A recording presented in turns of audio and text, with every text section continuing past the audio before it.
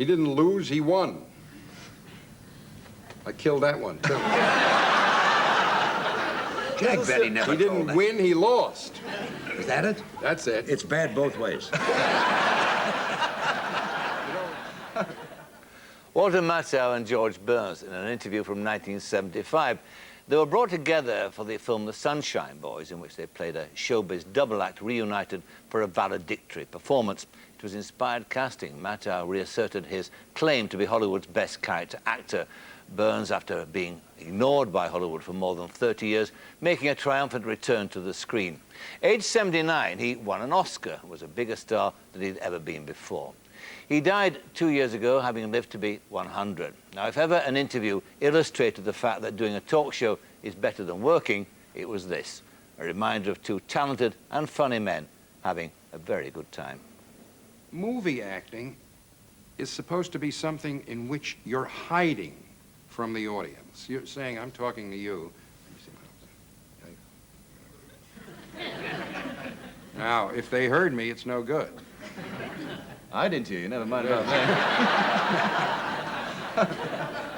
But I take your point. It's an intimate insight, isn't it? Right. More than and you're not supposed to perform for the audience.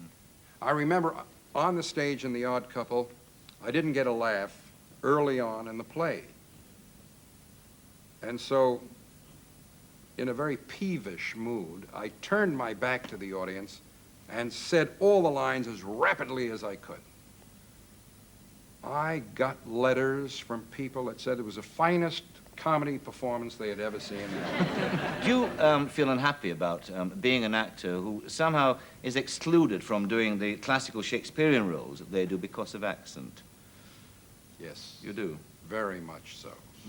I'm very unhappy about it, because I think I would have made a good classical actor. But since I speak with an accent, I'm at a terrific disadvantage. Terrific. I mean, I remember a fellow in school, there's a fellow out there, Gordon Stern, who's an actor, went to the dramatic workshop with me, and we were just talking about a fellow called Dan Matthews. Now, Dan Matthews was a very handsome, brilliantly statured man who got all the leads. But he spoke with a heavy Midwestern accent. And so when he was doing Shakespeare, for example, he'd say, "Whether 'tis nobler in the mind to suffer the slings and arrows of outrageous fortune, or to take arms against a sea of trouble, and by opposing in them to die, to sleep perchance to dream, aye, there's the rub. For in that sleep of death, who knows what dreams may come when we..." And the director was a German by the name of Urban Piscator. He says, well, this is magnificent. This boy speaks great. His English is fantastic. But I did play English. Am I speaking too much? No, indeed not. We'll answer one or two more questions. I'll get about another two in about the next 15 minutes. You, in fact, came from an unlikely Can you lend me £5? No. Why? I have to eat later. So the money you're making, you must be worth a fortune now, haven't you? I have about 35 pounds, 40 pounds. I have a heavy obligation to a lot of relatives. You do? Yes, there's about 15 in the audience. You find the sort of more... And 12 bookmakers. All part of the family. I thought you'd given up the gambling, actually. I have. I really have. Yeah. What was the most you ever lost? It's too exciting. About $40,000 in one night. $40,000. That's a shame. When I think of the people that could really eat and live on that kind of money, it's just, it's too guilt-producing. I'm embarrassed by it, I'm ashamed of it, and I don't want you ever to mention it again. You came, as I said, from an unlikely background, didn't you? From the, what was it, Lower East Side in New York, yes. Didn't you? How rough was it, the background you came from? It wasn't too bad. We had potato soup about twice a week. The rest of the time, it was weak tea and some bread, some beans. My mother was a very poor cook. She cooked everything on top of the stove, on the gas range. So we had steamed meatloaf. You know, and boiled chicken. My mother would boil a chicken for 3 or 4 days. And she'd tell me that the chicken really didn't count. It was the soup that counted. And, Was it a rough neighborhood? oh, yes. Gang warfare and this sort of thing? Yes, but it was clean. As far as I remember, it was clean. Nobody had knives, nobody had guns. There were no clubs. Everything was with the fists. That's why a lot of good fighters came out of the Lower East Side. How did in fact, you manage then from that, I assume, coming from where you did, that you'd no idea that one day you'd be an actor. I mean, surely that wasn't an ambition that you could entertain coming from where you came from. It wasn't consciously. I think there was something that germ genetically was there. And then I used to listen to speech. I was always entranced, bewitched by speech, especially good English speech. I remember when I was here, I was 8 months here at Old Buckingham, the 453rd Bomber Squadron. I went to Bovingdon, I went to Link Trainer School, and then I used to listen to the BBC. And I still remember Peter Watson. And he'd say, "This is Peter Watson of the BBC. We now bring you the news at dictation speed. The Allies, A, able, L, love, I, item, E, easy, S, sugar, have captured Anzio. A, able, N, net, I, item, O, able." And it was beautiful. It sounded like heavenly music to me. Yes. It was magnificent. And I listened to Peter Watson as much as I could. And on the Lower East Side, I listened to David Ross and to Milton Cross. Milton Cross did the opera. And he had a slight tinge of a New York Hell's Kitchen accent, but very florid speech. So that he would say something like, "And the great Carlo Menotti and Lucrezia Gallicurci come before the golden curtain."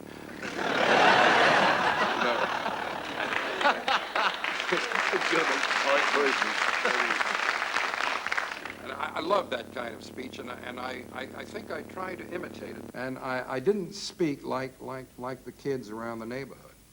As a matter of fact, my brother was constantly asked, "Hey, why does your brother talk so funny like that?" "Your brother, he talks like he's like from out of town or something." "What is it? What's the matter? He's ashamed to be like one of us?" And my brother would say, "Nah, he's all right. He's a good kid. He reads Shakespeare in the toilet a lot." So that was the problem. One other thing I've noticed about you, too, in your acting, is the way that you use a walk as part of your characterization. And I remember once reading an interview with Sir Alec Guinness, who said that he couldn't get a part right until he got the walk right. Would I be right in assuming that you work something in a similar fashion? Very important, and very few actors use it. I remember a part I did, and I asked the director, a very fine director named Harold Klorman. He's also a critic. I asked him what he wanted in the role. He said, "Well, you're playing a very rich man. He's a billionaire. He's French. And so just walk fancy and talk English." So I thought that talking English would be easy. I'd simply do an exaggerated British accent, and it would sound as though I were translating from the French.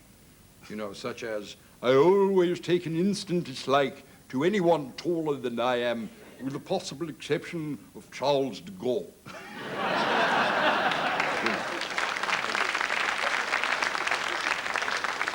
And the walk, he said, "Walk fancy." So I thought of a walk that perhaps a man who was so rich that he really didn't have to walk. And so they carried him until he was 38. From one car to another and one school to another. And so I thought of the walk that my mother used when she had to go to the bathroom very badly. And she could barely contain it. And She had gotten out of the subway where we had spent a day on the beach at Coney Island, and she could barely make it to the house, to the flat, and so You sure? she would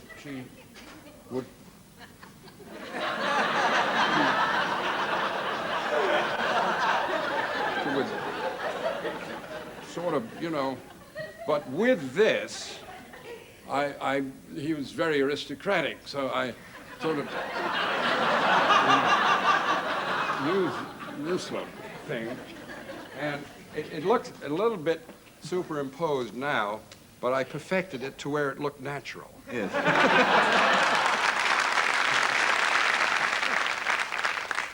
I know it looks terrible now, but when you work it into a character and you forget about it, it seems to work, but you must have the guts to keep it up. Yes. You must have the nerve to stay with it, Yes. not to fall off. Yes. You say, oh my God, I'm doing badly, Yes. you know. Yes. You in fact, you in the latest film, The Sunshine Boys, you again play an old man. You play this old music hall comedian, and again you've got an entirely different walk for that man. Rather than you demonstrate it, let's have a look. In fact, because we've got a clip here of the sequence. It's the story of the breakup of two comedians. Old comedians who come back, make a comeback, and this is where he comes to your house for the first reunion for rehearsal. I'm bringing a lawyer with me. From where? From New Jersey? You're lucky if a cow comes in with you. Against you in court, I could win with a cow. The finger? You're starting with the finger again? Are you crazy? Time you give me the finger, say goodbye to the finger. I'm crazy. I'm crazy. Huh? I'm crazy? Keep saying it until you believe it.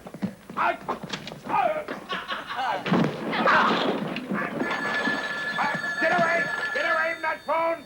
Lunatic. Hello? Is that my daughter? Will you shut up? Is that my daughter? Will you keep quiet? Can't you see I'm talking? Don't you see me on the phone with a person? For God's sakes, will you behave like a human being for 5 seconds?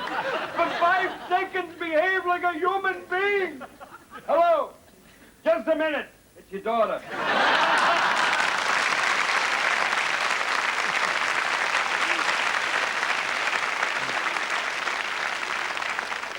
See what comes through in that film, actually, it happens all too rarely in movies, the sense that you enjoyed doing it. Would that be a fair assessment? Very much so. Yes. I thought the whole experience was totally delightful. Totally delightful. Hmm. The man I was working with, of course, is a legend. And it was just a beautiful experience. It was warm, it was interesting, it was exciting. And you know, I got tired watching that scene. I mean, I remember the day we did it. I think I broke 2 ribs jumping over that chair. We did about 15, 20 takes. I don't know how George Burns did it. Well, I tell you what, let's ask him. Ladies and gentlemen, George Burns.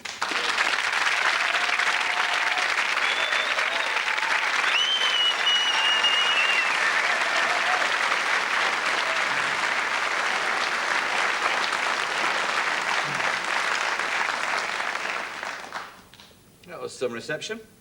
Nice. Let me get this cigar into this holder. Did you feel That's naked? it. At my age, this is exciting.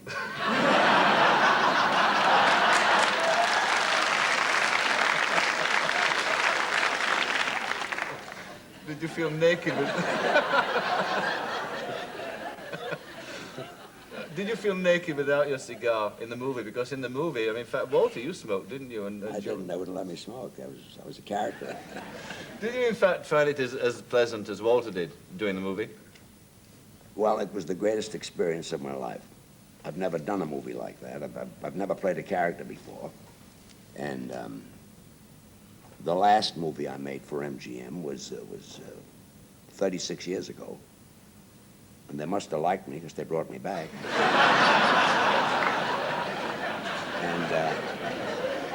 And the movie is a real good movie. And you had to be good in the movie because you're alongside of Walter, who's a great actor. And imagine doing a script by Neil Simon and getting money to do it. You've got these wonderful words that fit your mouth, and it's very easy to act anyway. Knock on the door and somebody says, come in, and if you walk in, you're a great actor. If you stay out in the hall, you're an idiot. So I went inside. I'm an actor. Told me to sit down, and I did. Is that the Told difference? me to stand up, and I did. How much of a relationship built up in the making of the movie? How much did you play off each other? I mean, I live with each other and this sort of thing. At all? Well, he did something to me. You want to tell it? We're doing a scene, and in the middle of the scene, for no rhyme or reason, there was a plate full of nuts on the table. And don't forget, this is my first picture as a character actor. First time my name wasn't George Burns, it was Al Lewis. And we're doing the scene, we're going along fine. And all of a sudden he says, would you like some nuts? And I knew it wasn't in the scene, but I figured I have to answer him. I said, I don't like nuts, there's too much salt in it. And we continued doing the scene. And when I came off stage, he says, George, you're a good actor, you listen.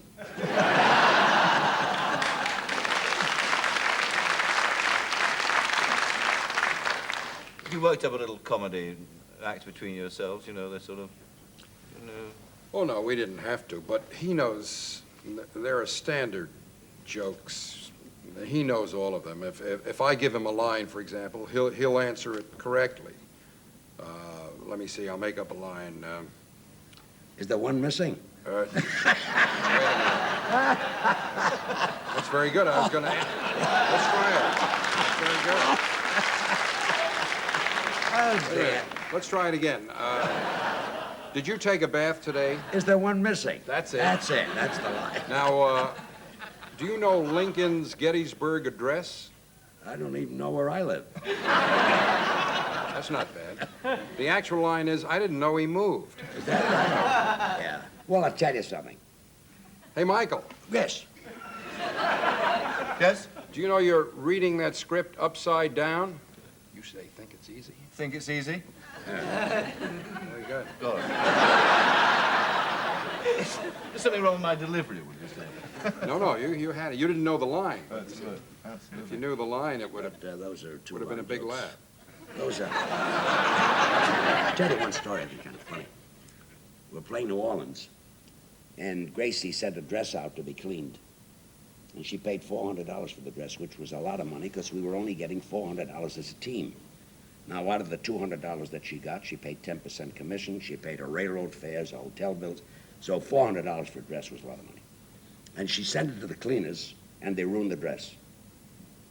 And she wanted the $400, and they wouldn't give her $400. They said they'd give her $50. Well, anyway, one joke was, I said to Gracie, a funny thing happened to my mother in Cleveland. And she says, I thought you were born in Buffalo. That was So I said to the muser, I said, stop. And I said, a funny thing happened to my mother in Cleveland. And Gracie walked down to the footlights, and she says, ladies and gentlemen, she says, don't send your clothes to the chiffon cleaners. I just sent them my dress, a $400 dress, and they ruined it. And she says, the reason I'm telling you this is that I'm leaving New Orleans, and you people have to stay here. So take my advice, and don't ever send those people anything to clean, because they're not capable, they're not nice, she says, and they're bad people to work with. And then she came back and she said, I thought you were born in Buffalo. You were, of course, I mean, you're the straight man in that relationship, weren't you? Well, it was very easy to do straight for Gracie because I had to do nothing. I said to Gracie, how's your brother? And she talked for 38 years. How young, in fact, were you, George, when you first started in show business? I was 7 years old. I sang with 4 kids, the Pee Wee Quartet. And we sang and passed the hat around and sang on ferry boats and saloons and in yards and amateur nights. And on the Staten Island ferry boats, if they didn't like you, they'd throw you off the boat, fall in the water. I was able to sing with a mouthful of water. And then I did all kinds of acts. I did a skating act. I did a ballroom dancing act. I worked with a seal. I worked with a dog. What was a seal? How do you work with a seal? Well, the seal wasn't really my act. I was living in a little boarding house on 45th Street, and this man was living there. His name was Captain Betts, he called himself. Captain Betts and Flipper. He worked with the Seal. And he was booked into the theater, the Dewey Theater on 14th Street. And he got sick, and they asked me to take his place. And I told him, don't be silly. I says, Betts, I've never worked with the Seal. I wouldn't know what to do. He says, you don't have to worry about it. The Seal does the whole thing. He says, the curtain goes up, and the Seal is on a little platform, and you're standing there with a ball in your hand and your pockets full of fish. And you just throw the ball to the Seal, and the Seal flips the ball, he bounces the ball, he juggles it and throws it back to you, and you throw him a piece of fish, and he applauds with his flippers. Now, he does about 3 more tricks, and every time you throw him at the end of the trick, you throw him a piece of fish, and he applauds. And at the finish of the act, there's a rack of horns, and he goes in back of the horns, and he blows into the horns, and he plays Yankee Doodle. He says, at the finish of Yankee Doodle, he presses a lever, and 2 American flags come up, and you throw him a piece of fish, and as he's applauding with his flippers, you're taking bows, and the curtain comes down. And I opened at the Dewey Theater and got away with it. But that night, I had a date with a very pretty girl who was also in show business. And I was afraid to meet her. I was ashamed to meet her because when you do 4 shows a day with your pockets full of fish, you don't smell too good. But I met her, and she never noticed it because she was doing an act with Fink's Mules.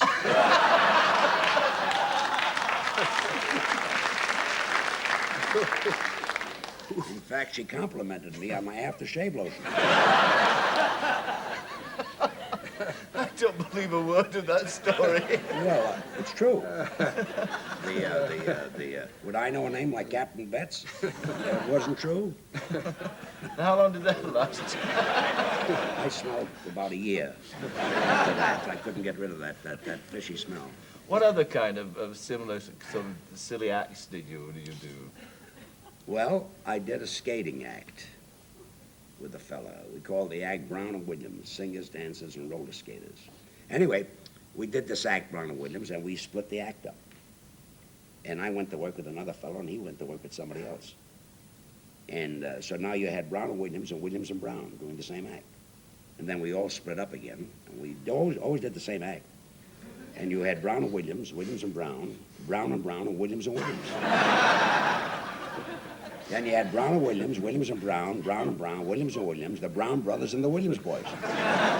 And we had one fella in the neighborhood, his name was Jaime Goldberg. And he moved, he was afraid to live in a Gentile neighborhood.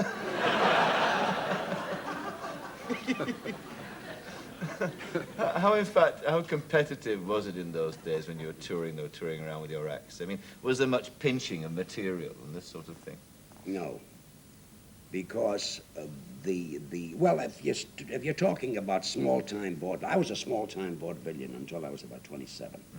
I played nothing but very bad theaters, but I was very lucky because I was bad too. And you were very fortunate in those days because there were places that you could be bad in.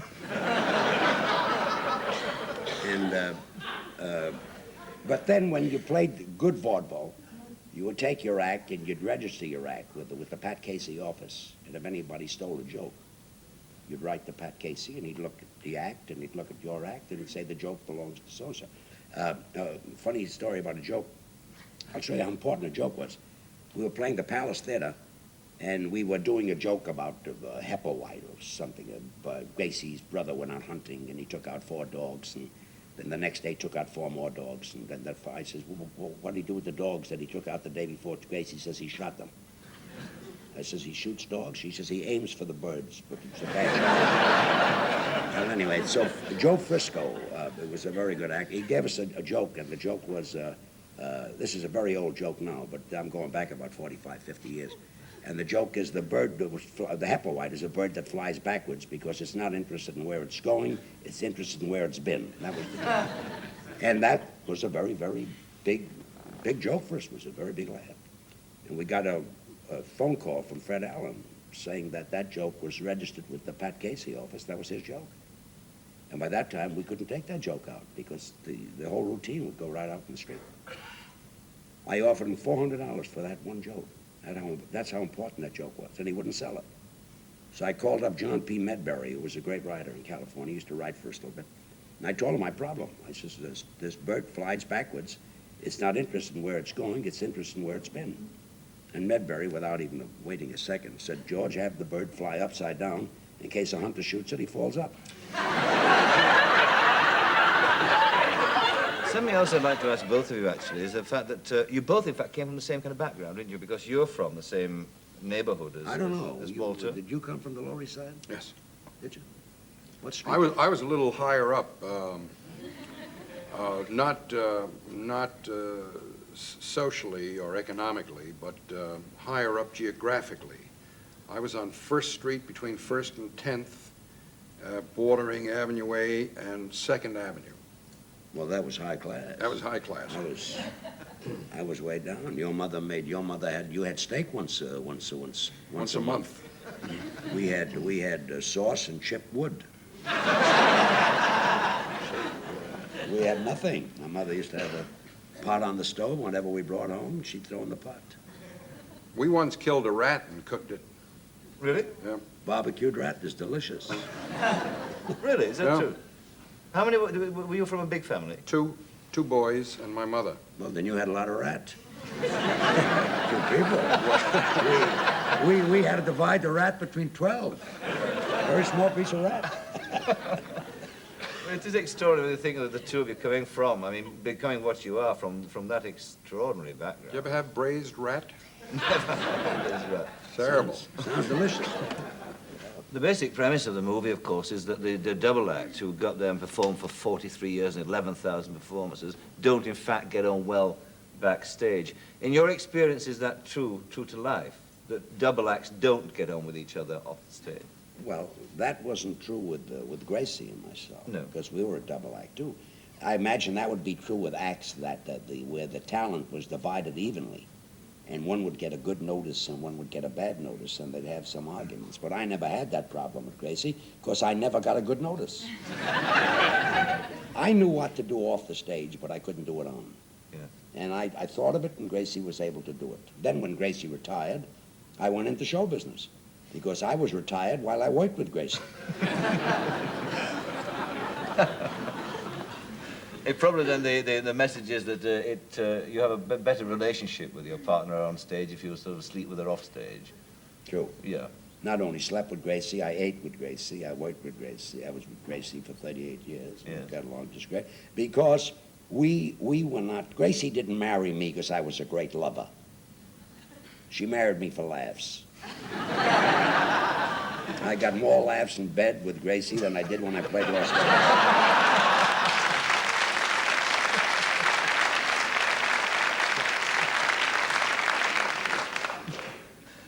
When I had the late Jack Benny on my program, he talked very affectionately about your relationship. You were very close, weren't you, Yeah, Benny? yeah, Yeah. great man. Yeah. And we were friends for 55 years, and we were very close.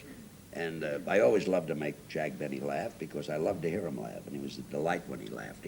When Benny didn't laugh, he used to collapse. When Jack Benny laughed in a restaurant, the whole restaurant laughed. And he was very easy to make laugh, providing you didn't tell him any jokes. It was little things that made him laugh, little nothings. Like, well, we'd sit down at the table. I said, Jack, would you like some salt? No, that's not funny here, is it? Big laugh from Jack Benny. And I didn't have to make him laugh. He made himself laugh. I'd sit with him, and all of a sudden he'd look at me and laugh.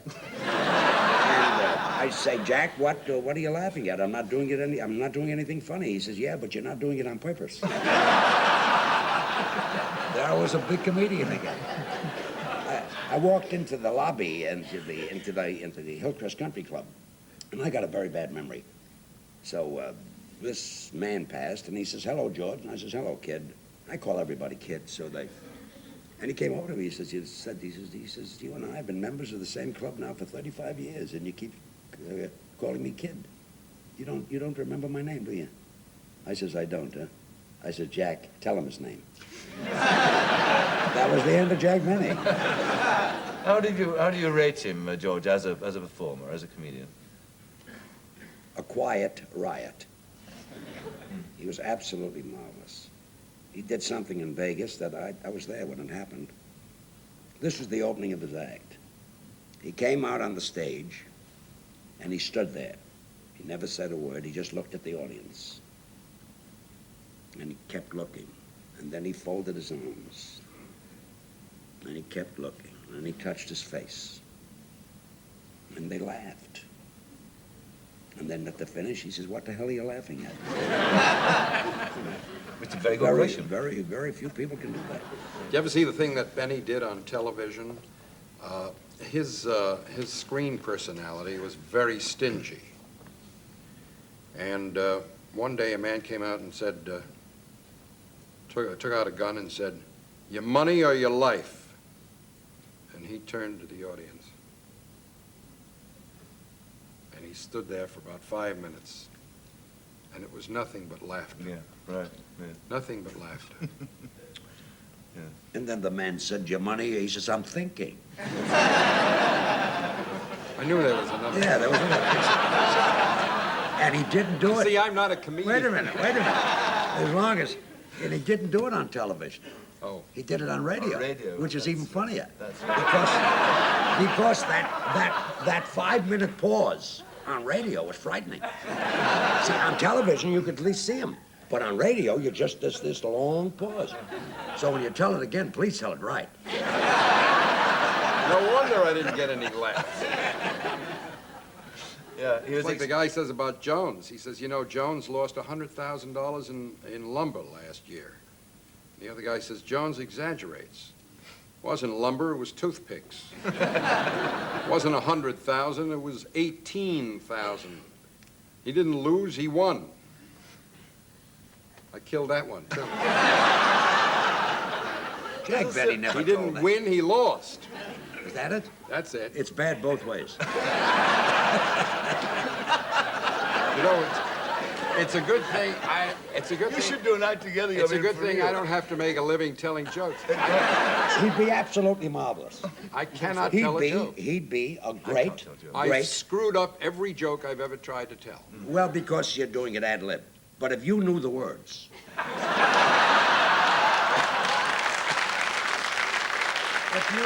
If you had... I'll bet you, I can give you a monologue, and if you rehearsed it, you walked out there, you'd be a riot. If I got 6 weeks rehearsal No. and 12 weeks on the road, Well, how did you remember everything in the play? You stuck to every line. well, I rehearsed it for 6 weeks and took it out on the road for 12 weeks. I'm talking about the Sunshine Boys. That didn't go on I the road. studied it for a year before I got that job. A year. Well, then I'll give you a monologue. You'll study for 6 months and you'll do it. I'll say the wrong lines. No, you won't. No. I need more than 6 months. Because I think any great actor would be a great comedian because you believe it. But isn't there something, though, it's something that separates the actor, no matter how great, from the comedian, and that's the delivery, the timing? Isn't there something, in essence, of the delivery of a line which makes it funny? I think timing is a fallacy. I mean, think so? everybody says timing. What is timing? Timing is if you've got bad ears, it's bad timing. The timing is this. You tell a joke, and if they laugh, you don't say anything. And when they're through laughing, you talk again. That's timing. Now, if you're going to talk while they're laughing, it's bad timing. What? He doesn't know about timing. What do He I doesn't know? know how to explain timing. No. He simply is a master at it. That's No. right. Absolutely. Like when I came in and I did the Sunshine Boys. I read the script, and the words seemed that that's the way I should read it, and that's the way I read it. Yes. One thing that we didn't hear you do in Sunshine Boys is sing. And that's been part of your act for a long, long time. I love to sing. You do love to crazy sing. about singing, and the thing that the audience don't like my singing, but I like it. I like it. I don't care whether they like it or not. I love to sing, and I always sing. And I'm not like Tony Bennett or Sinatra. You know, they need a finish, because when they exit, they need applause for the audience to bring them back. But I don't exit. We don't. Can you sing as well, Walter? Yes. Can he? Yes, he can. He can Can he? sing. What does he sing? Oh, how I hate to get up in the morning. Sing that, Walter. Oh, how I hate to get up in the morning. Oh, how I'd love to remain in bed. For the hardest blow of all is to hear the bugler call. You gotta get up, you gotta get up, you gotta get up this morning. Someday I'm going to murder the bugler. Someday you're going to find him dead. I'll amputate his reveille and step upon it heavily and spend the rest of my life in bed. You're,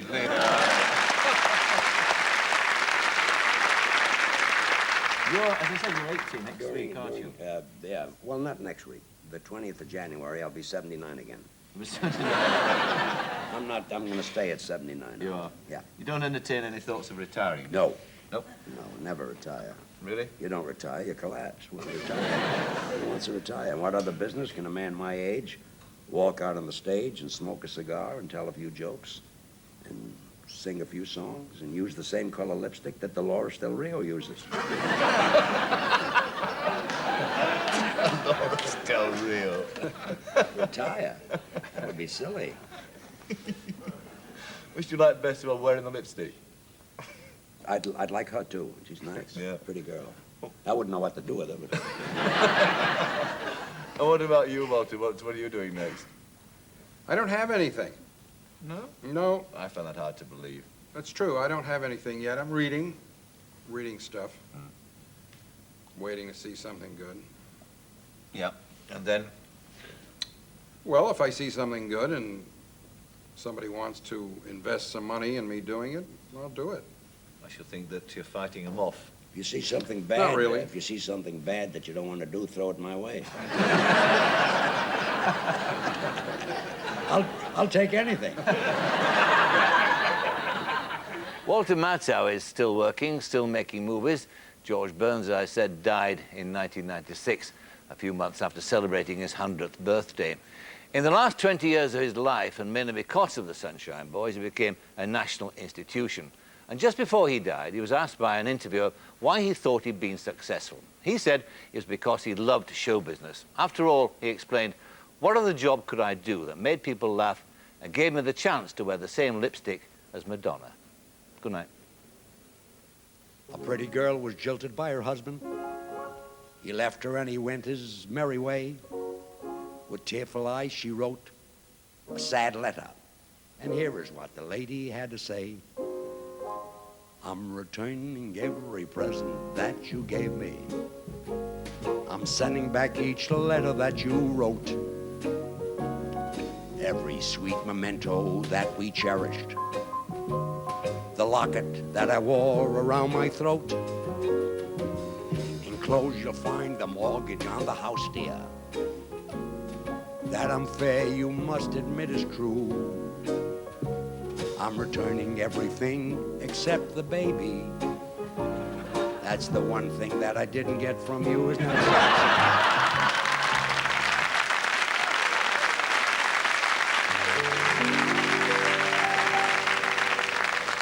One more song, a cute song. I guess I'll take the train back home.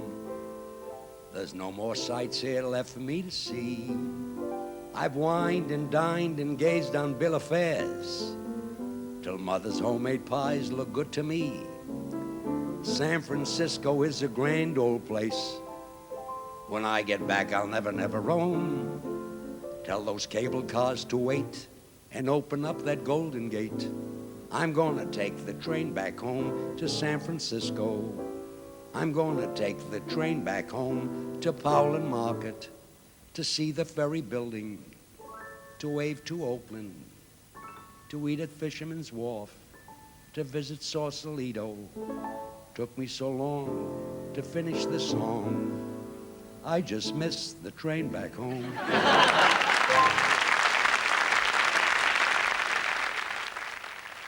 Well, we're sorry about the slight sound problems near the beginning of that programme, and we hope they didn't spoil your enjoyment too much.